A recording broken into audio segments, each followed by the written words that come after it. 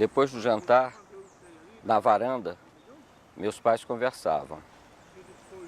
Sentado no chão, eu li O Tesouro da Juventude, o livro dos porquês, porque a noite é negra. E ouvi a conversa deles, fingindo que não ouvia. No Natal, eu ganhei a coleção do Tesouro da Juventude, os livros todos com capa azul, em 2 caixas de papelão pardo. Era tudo que eu mais queria. E meu pai me falou que no ano seguinte eu não ia mais ganhar livros, ia ganhar um irmãozinho para brincar comigo. Agora meu pai e minha mãe falavam baixinho sobre problemas com a gravidez. Não era tão simples. Problemas. O médico disse que no Rio minha mãe estaria mais segura. Médicos melhores, remédios mais modernos, acompanhamento constante. A criança talvez nem se salvasse, mas pelo menos a mãe não ia morrer. E meus pais conversavam e eu li o livro dos porquês. Fomos para o Rio, como das outras vezes, e ficamos no Hotel Flórida. Eu estava acostumado a viajar com meus pais, a ficar em hotel. Mesmo pequeno, eu ficava sozinho em quarto de hotel. Não tinha medo nenhum. Bastava me dar um livro novo ou uma revista com histórias em quadrinhos. Meu pai me falou bem sério que minha mãe e eu íamos ficar no Rio, até que meu irmãozinho nascesse. E que eu ia ter que tomar conta da minha mãe, pois ele só ia poder vir ao Rio de vez em quando, uma vez por mês. Tudo bem, eu acho que falei, ou só mexi com a cabeça. Eu era uma criança muito calada. O Hotel Flórida ainda existe, na mesma rua Ferreira Viana. O Flamengo, o Catete, a Glória, naquele tempo eram bairros nobres. A Praia do Flamengo ficava cheia nos finais de semana, apesar de apertada e com muitas pedras. Ganhei um velocípede e minha mãe me levava para brincar nos jardins do Palácio do Catete. Dizia que lá é que mora o presidente. Uma vez ela me mostrou o presidente na janela do 2º andar do palácio, mas eu nem reparei muito. Eu gostava era das águias que ficavam no telhado, prontas para levantar voo rumo à Floresta da Tijuca. Um dia, eu vi uma das águias voando, e era um anjo negro. Mas nem mostrei para minha mãe.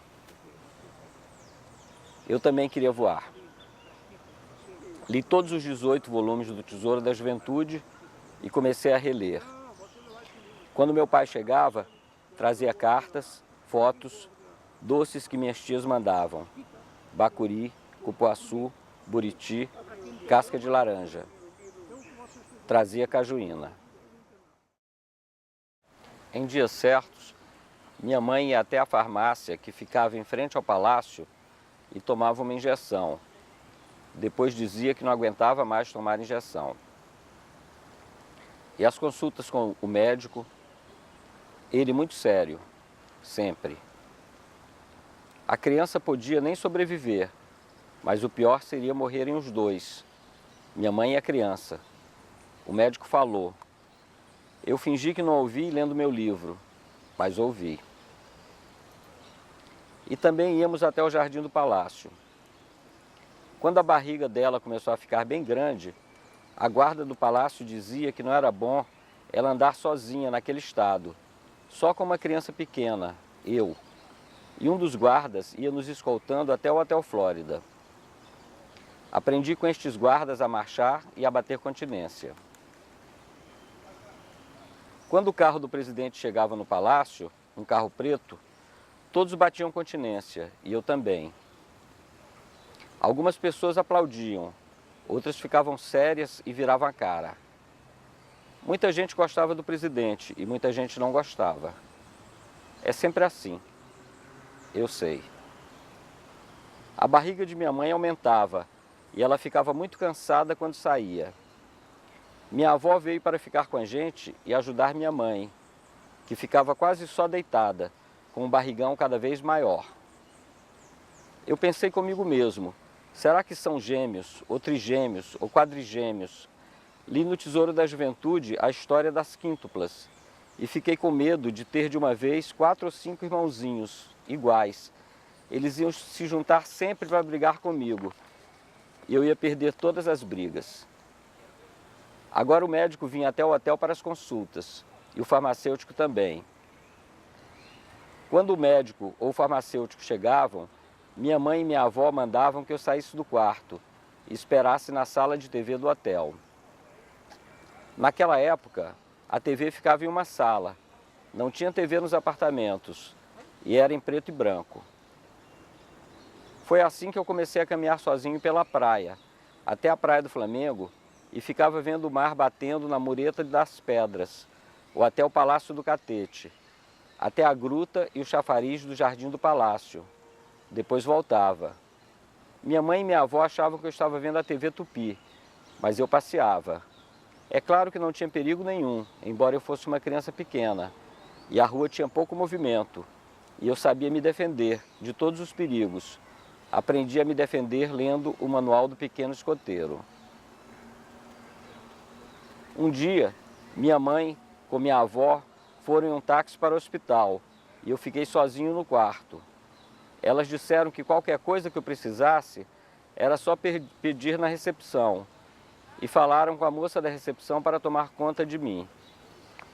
Logo depois meu pai chegou de viagem, correndo, deixou a mala no hotel e foi para o hospital.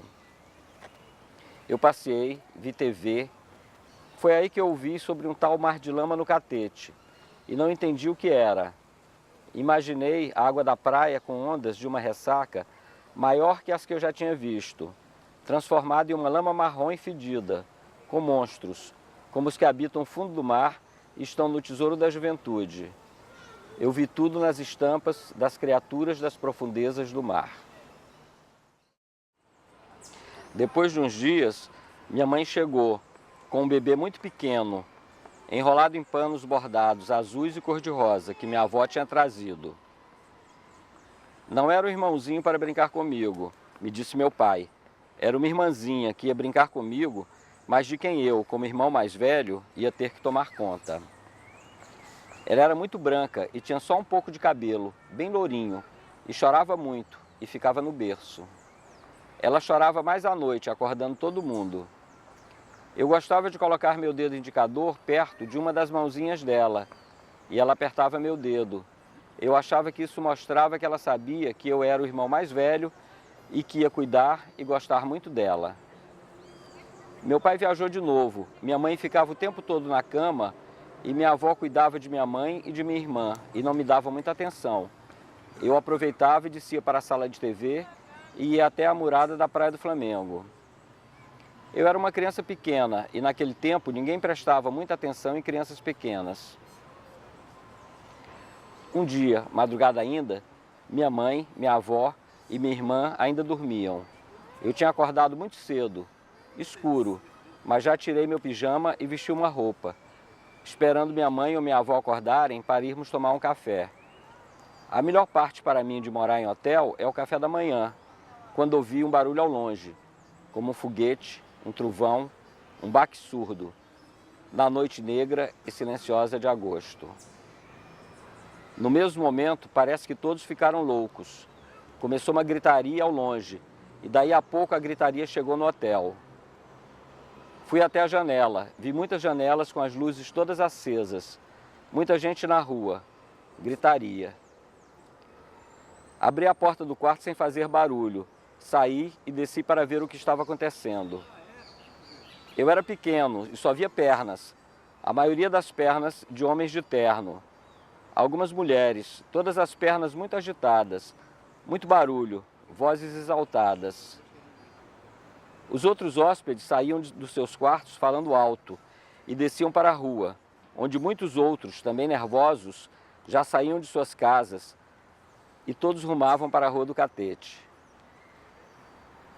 Ninguém nota aquela criança que segue também pela Rua Ferreira Viana, para a Rua do Catete. O palácio está todo iluminado e cheio de gente transtornada. Gritos. Entro no palácio, sigo a multidão, mas como sou uma criança, passo entre as pernas dos adultos. Vou subindo de qualquer jeito pela escada. Vou para onde vai a multidão que para à frente de uma porta fechada.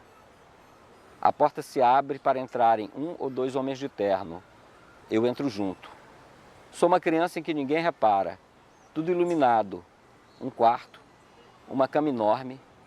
Pessoas choram, gritos. Me aproximo da cama. Subo na cama e vejo um homem de pijama listrado, deitado, dormindo. Demorei para entender que ele estava morto. Foi a primeira pessoa morta que vi.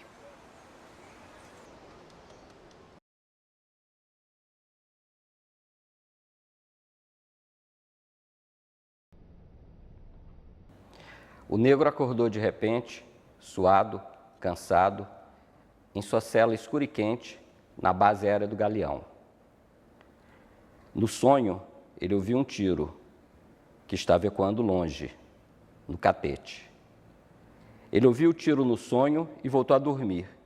E dormindo e sonhando, saiu de sua cela e voou. E no mesmo momento, estava no lugar onde ele deveria ter estado sempre. Ele, o guardião, o segurança, o negro cão fiel. Gregório Fortunato tinha que zelar por alguma ordem, mesmo naquela situação caótica. E assim foi o primeiro que viu aquela criança, um menino. Uma criança sozinha, naquela confusão, subindo na cama. Pegou o menino no colo e, com suas mãos grandes e negras, tapou os olhos da criança. Perguntou: Dona Alzira, quem é essa criança? Não sei, Tenente Fortunato. Uma ordenança bateu continência e disse: Tenente Fortunato, este menino é o filho de uma senhora grávida, que vem sempre passear nos jardins do palácio e que mora no Hotel Flórida. Gregório entrega o menino a ele e diz: Oficial, providencie uma escolta para levar o menino para a mãe dele, no hotel. O menino esperneia no colo do oficial e diz que vai, mas não quer ir no colo, quer ir marchando. E faz uma continência para o Tenente Fortunato. O choro de Alzira corta o ar.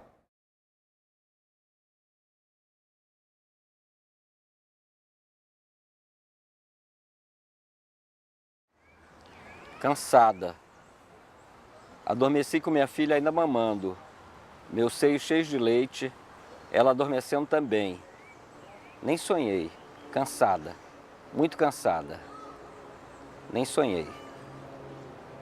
Acordo assustada com batidas na porta, secas, ritmadas. Algo aconteceu com minha filha? Tão pequena, tão linda. Não, ela está no berço e dorme como um anjo. No mesmo momento penso que não se deve falar isso, que uma criança dorme como um anjo, pois os anjinhos são crianças mortas. Mas ela, minha filha, está viva, respira. Ao lado dela, na cama de armar, minha mãe dorme e ronca leve. Também deve estar muito cansada. Me perco em meus pensamentos, mas volto a bater na porta do quarto. As mesmas batidas secas. Dia claro. Abro a porta.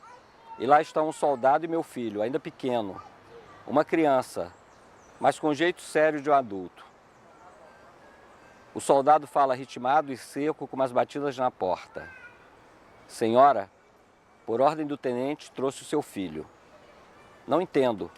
O soldado faz uma mesura com a cabeça e nem espera pelo dinheiro que pego na bolsa para ele. Ele e meu filho fazem continência um para o outro. Meu filho, tão pequeno, estende os braços para mim, quer meu colo. Pergunto baixinho a ele: meu querido, você se machucou? Alguém te machucou? Onde você estava? O que aconteceu? Sério, um adulto? Meu filho responde, bem alto: mamãe, eu matei o presidente.